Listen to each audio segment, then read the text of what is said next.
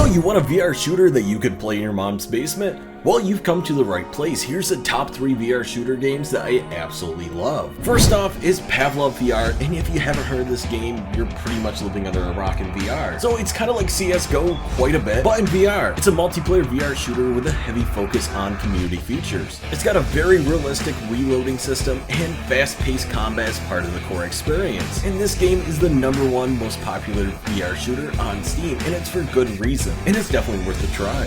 The second one is Dogs Horseshoes, and Hand Grenade, where you literally fight hot dogs using very realistic and cool guns in a sandbox game. And when I say guns, I absolutely mean it. They literally have over 500 firearms and over 250 attachments, and you can really customize your perfect loadout. You can either be really tactical, really cool, or you can make utterly cursed weapons and question your life choices. Honestly, I like that second option, and you can really do that in this game. And if you do play this game, make sure you tell me down below what cursed weapons you've made. And the third one is a co-op VR game called After the Fall. It comes from the team that brought you Arizona Sunshine, and you pretty much go on an epic VR action FPS adventure, which has really intense co-op gameplay as its core. And this game is really fun with friends, and if you want to play this game but you don't have anybody that wants to join you, hop on my Discord server, link is down in the description, join and see if you can make some friends and play this game. And pretty much you take on a hostile VR world filled with ferocious undead, mutated and twisted by the cold monsters and all that. The gameplay is awesome, the visuals are spot on, and everything is absolutely great. And when I tried this out, it was amazing. So that's my top 3 shooter games I think everybody should try out. And if your shooter game didn't make it into this list, make sure you drop in the comments and tell me what it is. And of course guys, have a good one and catch you guys in the next one.